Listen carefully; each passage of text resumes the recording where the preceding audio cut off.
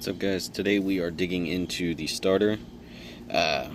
It works, but it kind of gives me some issues with starting where it'll just whir and whir and whir like it's running, but it's not engaging. So we're going to rebuild this, the solenoid side, and we're going to see if that helps. Let's dig into it. So first thing first, I gathered my parts and a screwdriver to get started. Not sure what other tools I'm going to need just yet, but I'll grab more as we go along. I'm sure we're going to need more. So this is the start lever from Prism Supply. This is a new solenoid cover. So this goes on top of that, and you could just press this button, but you mount this lever over top of it and you give that a yank. Pretty sick part. I've always wanted one. We're going to try it on this and see if it works. We'll figure that out as we go along. And then I've got the solenoid rebuild kit. I got a helper. I just got this off of Amazon. I'll link it down below, along with the Prism Supply. And like I said, just a screwdriver. We're going to take off these 3 screws. I'm not going to make you watch me do that. So I forgot to mention, I do have this magnetic bowl. Super helpful. I often put things down around me, and then I look around and I'm like, okay, where did it go? It disappeared into the void. So this is going to help me keep track of my parts as I go along. So I've got my screws off. I'm just going to pull this off gently. Be careful. I'm pretty sure there might be a spring in there. Yep. So we're going to pull this off, set it aside. So now that I have that off, I laid out my parts just so I'm kind of getting myself organized. So this is going to be replaced with this piece. You can kind of see the similarities. We're going to retain this spring because the kit did not come with a replacement. We're going to clean it up a little bit though. And then this is our new plate that's going to replace this plate here. And then you'll see in the rest of the bag is screws and some spacers. We're going to take a look at the inside and look at all that, how that all fits in there. And we also have a gasket for the cover. This is the inside of the solenoid. You can see it's really just nasty, crusty in there.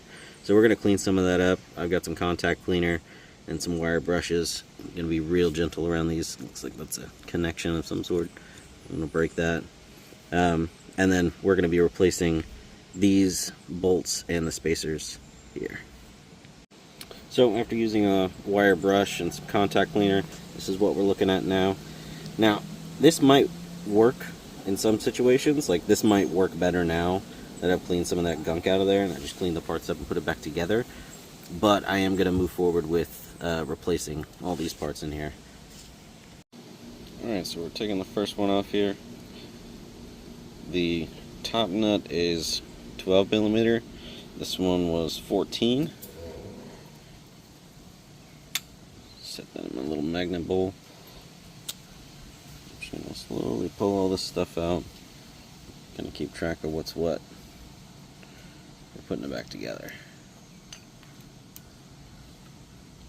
And there's a little. Yep. That little rubber bit was on this other side though. We're still gonna just pull this all out.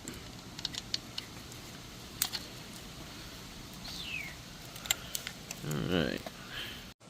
So I went ahead and assembled the replacement. Just kind of got it in the same order, and I'm gonna go ahead and slap this in. One thing I will note is this back piece, the copper plate, is different than the one that when I pulled off of it. And I don't know what's been done to this bike already. I don't know if this is from a rebuild kit itself or if this is stock from the factory. We're gonna try this piece and we're gonna see if it works. If not, we'll try this one back on there with the rest of this rebuild. And yeah, we'll try this first and see if we can get the bike to start. Alright, so we're gonna slide this. I took off everything that goes on the other end, the O-ring, the other plastic nut washer thing, and there was a metal washer as well, and both the nuts. So everything that goes on the inside is going inside. We're gonna check the fitment on that. Looks good. I'm gonna go ahead and attach the outside. So we've got the rubber O-ring, the plastic little cap here, and then the metal washer. And the kit did not come with the metal washer, So I retained this from the original. So I got that first one cranked on with the 14mm nut. Now I'm going to go ahead and take this one off, starting from the top. We got our washer in there, plastic cap, and then the rubber O-ring, and we're going to pop all that out. Be very careful because there is a little connected piece in there. We want to make sure we don't break that. So pulling that O-ring off first made that a lot simpler process. So make note of that. So as I'm putting this back in, I want to note a couple things. So this one, I wasn't able to do the same thing as before, where I kind of assembled it beforehand, since this is the very first piece, this interior piece. But the order is your bolt, your connector piece from the inside, your other copper piece, and then your plastic washer. And those all fit in just like that. I also note that the this bolt is different than this one. This one has kind of a knurled inside to kind of really lock that in place, and this one does not have that since it's making contact with this piece here. Alright, so I got that top part back on, and I'm using just a socket set with a 14 deep well on it. My short sockets were just too short. Yours might not be, I'm not sure, but that's why I'm using a deep well. So now that I have these both on, I'm going to go ahead and put my wires back on and get those bolted back in as well.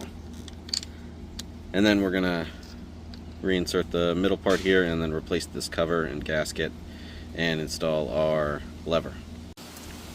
I also want to note that the smaller nuts on the rebuild kit are 13 instead of 12. The originals were 12.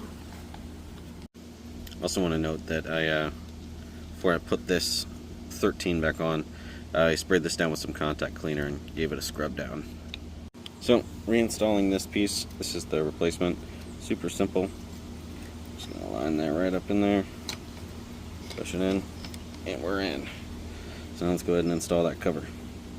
So now that the rebuild's done, I'm going to install this new cover with a new gasket that did come with the rebuild kit, and this lever for the pull start. It also comes with this fancy little knob, which I might replace at some point. Yeah, it also replaces those mounting screws with Allen heads, so I gotta get some Allen wrenches. So I went ahead and kind of put these pieces together already. This is the lever assembly with the plate over top of it, and I went ahead and put the gasket in there. And don't forget to put that button back in. So, discovered the reason why they don't market this for this starter. You can see the plate is a different size. So, I'm going to pivot. I'm going to get a different plate for this. I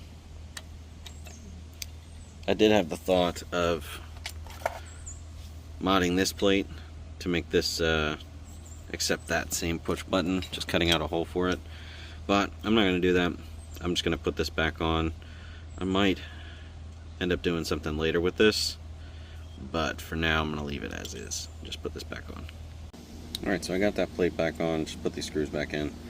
I'm going to leave it as is for now, and then yeah, I've been looking at this and it looks like somebody was manually activating the solenoid, and that's how they were bypassing it. So we'll see if this fixed it, and then if not, we'll go from there. But I do plan on rigging something up for this to have something similar. I do have other plans for this. I've got another bike I can put it on that actually will take it, so we'll go down that path whenever we get there. But I do want to replicate something similar for this guy. So stick around and we'll get to that eventually. Unfortunately, that's all the time I have for today's project, so I'm not going to be able to test this, which is unfortunate, but it's the way things go. Before I test it though, I do want to get the exhaust on and the gas tank cleaned up and put back on. So those will probably be my next two videos. If you like what you've seen so far, like, subscribe, comment if you have any questions, if you have any suggestions, if you just have any thoughts you want to share. And I hope you stick around for more.